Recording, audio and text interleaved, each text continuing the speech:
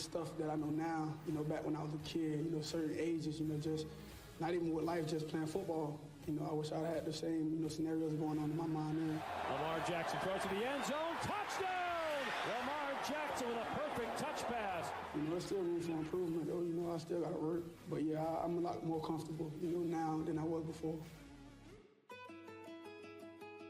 Welcome to the mind and the will and the latest season of Lamar. Brilliant play design and execution. Touchdown! If all the success seems sudden, well, there are some who aren't exactly surprised. It might be overnight to you. We knew this was all coming, we just didn't know when. So we're having a lot of fun with this right now. Lamar Jackson's legend first came into light here in Boynton Beach, Florida. As a high school transfer, he made an instant impression. My first Lamar Jackson wow moment was on the practice field, and he went down to a goal line to attempt to see how far he could throw it, which he believed was the full football field, which we did not. And he slinged it from the goal line to goal line, and it was eye-popping. Oh my gosh, Lamar! I looked up in the sky and I praised the football gods for shining their eyes upon me. I knew I had something special. Jackson won the starting job and won 22 of his 24 games leading Boynton. But it was how he did it that looks, well, familiar. Everything he's doing now, he's done already. Jackson throwing down the seam. He's got his rookie tight end, Andrews. Touchdown, Ravens! He's a Michelangelo with a football. What he does is art, and he's done it against every time I've seen him play. I watch him on TV, he's still doing it. You're waiting for the wow. And then it's 2 or 3 times a night, wow.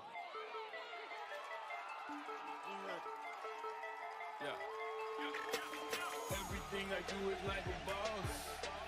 Whatever you need, I got it. What a hurdle by Jackson! Lamar was running up the right sideline, and a defender came at him, and he hurdled him. And sure enough, the official came over and says, "I'm sorry, coach, but in high school, you can't hurdle." And I said, "I guess you're supposed to stand there and get hit." Jackson's tape was so eye-popping, many college coaches didn't see the player he most wanted to be. I didn't want to be labeled as an athlete. I wanted to be a quarterback coming out of high school. I don't want to be like everyone else. You're really thinking, hey, this is a quarterback, but if he can't play quarterback, I know he can play somewhere else.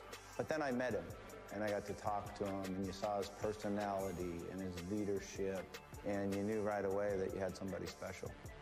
Louisville is the school that listened and landed Jackson. In 3 seasons as a Cardinal, he threw for more than 9,000 yards and 69 touchdown passes, and became the first player in school history to hoist the Heisman Trophy. The Philadelphia Eagles have traded the 32nd pick. The Baltimore Ravens select Lamar Jackson, quarterback, Louisville. And now, not long after replacing Joe Flacco, a Super Bowl MVP, Lamar Jackson is stunning many, but not all. We knew it was inevitable. We didn't know how long it would take, but we knew whoever snagged him was going to get a Christmas morning gift.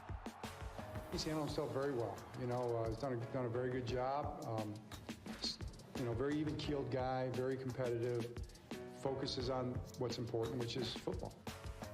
I just kept working hard and trying to be one of the best, and I'm still trying right now.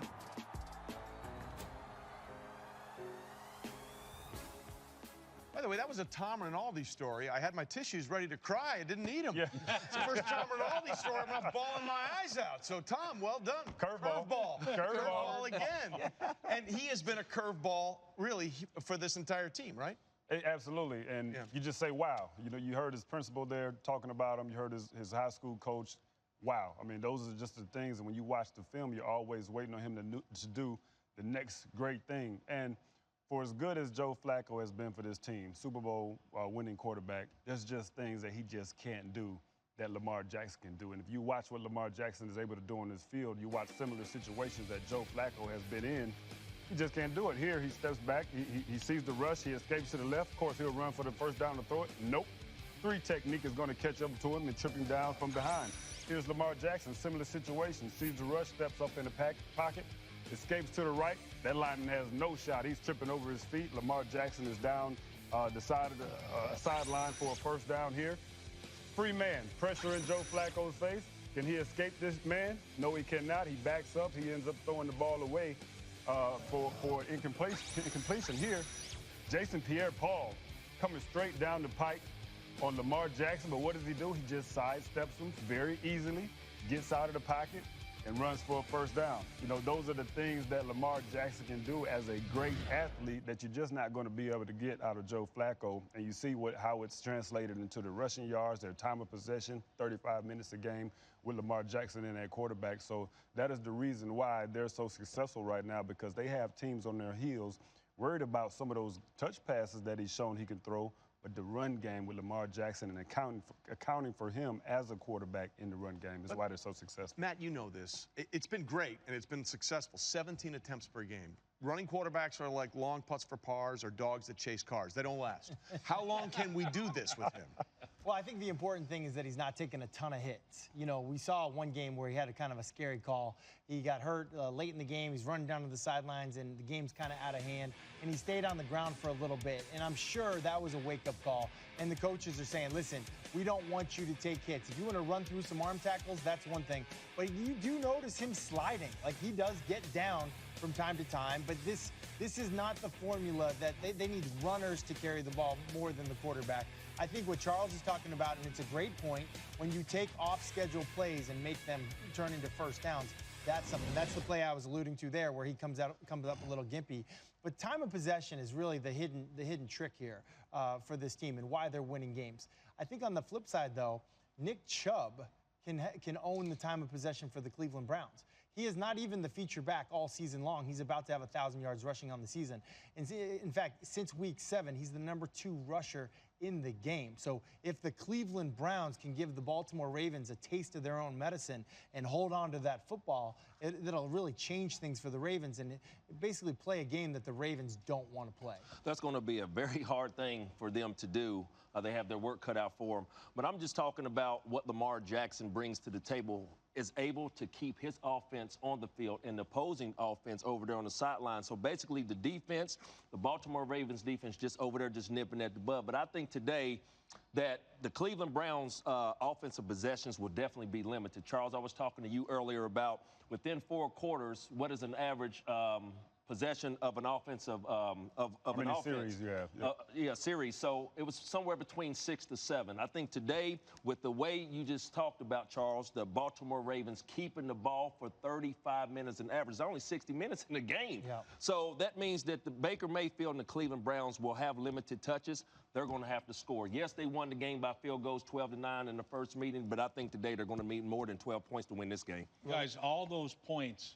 That's why I say that this should be the Rookie of the Year. If he beats Baker Mayfield, he's got as many wins, and he's played half the games that Baker Mayfield has.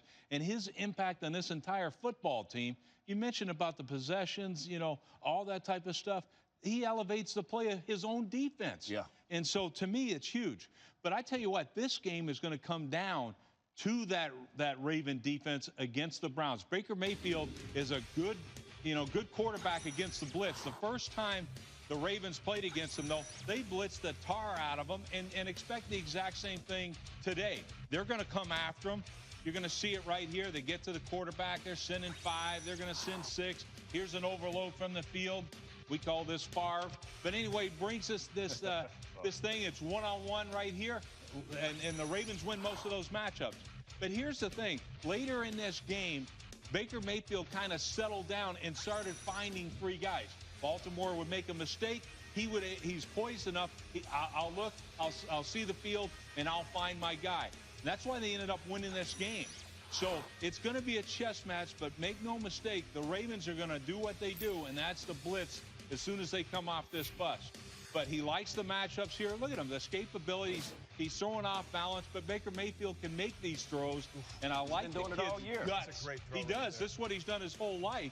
And quite honestly, I wasn't high on this cat, but I am now, and he does have that swag. He's going to need it today. Well, listen, the Ravens defense leads the league in both points allowed and yards allowed. The last time they did that was 2006. So if he does it again against this Ravens defense, he is really doing something. I don't know. Some guy, I don't remember who that was. Might have been a coordinator at best of all time. It's good looking guy. Hi, Trey. Good to see you. Well, Ravens. He's going to need it today. Well, listen, the Ravens defense leads the league in both points allowed and yards allowed. The last time they did that was 2006. So if he does it again against this Ravens defense, he is really doing something. I don't know. Some guy, I don't remember who that was. Might have been a coordinator at best of all time. It's a good-looking guy, I'll tell you that. Wow. As for the Steelers, they're looking for some help to get back to the playoffs for a fifth straight year. Pittsburgh needs a home win against the Bengals and the Ravens to lose to win the AFC North. For more on this matchup, let us start with Josina Anderson. Hi, Trey. Good to see you. Well, Ravens rookie quarterback Lamar Jackson is being touted for his 5-1 record as a starter, his league lead in rushing for quarterbacks in that span and the team's time of possession. But the Browns say they're focusing on this category, his league lead with 8 fumbles in that span. Browns linebacker Joe Schobert said, man, he's really had some poor ball security. We've seen him on film try to use his body to secure the ball on the ground instead of an open hand, or when he's pulling it back and reading defenses, basically messing it up at the mesh point or on the handoff. But Schubert added, overall, we feel like there's a high probability that he's going to do that a lot in this game, and we need to be ready to parlay the field position. Now, as for whether they feel like Baker Mayfield will use this game as a personal challenge to remind everyone that he is the #1 overall quarterback, Schubert said if he has an opportunity to create an edge for himself and to prove a point, that is what he's going to do, whether it's to remind everyone that he's the top quarterback in the AFC North or that he provides more for his team than Lamar does. That is what he is going to do. Now, as for what type of fight that the Ravens are expecting from the Browns today, Ravens safety Tony Jefferson told me that they saw that little clip of Greg Williams saying that they're going to treat this game like a playoff game and that they're going to show us who the hell they are. But Tony Jefferson said, playoffs, what type of playoffs are they talking about? Are they talking about the Cleveland Cavaliers? And lastly, Jefferson said that a Browns player this week called the Ravens to say in advance that we are going to ruin your playoff chances. Jefferson said, lastly, this little sense of confidence that they have is really pissing me off. I'm going to go off on this game because we do not appreciate that. Trey, back to you. Wow, there's some sauce there.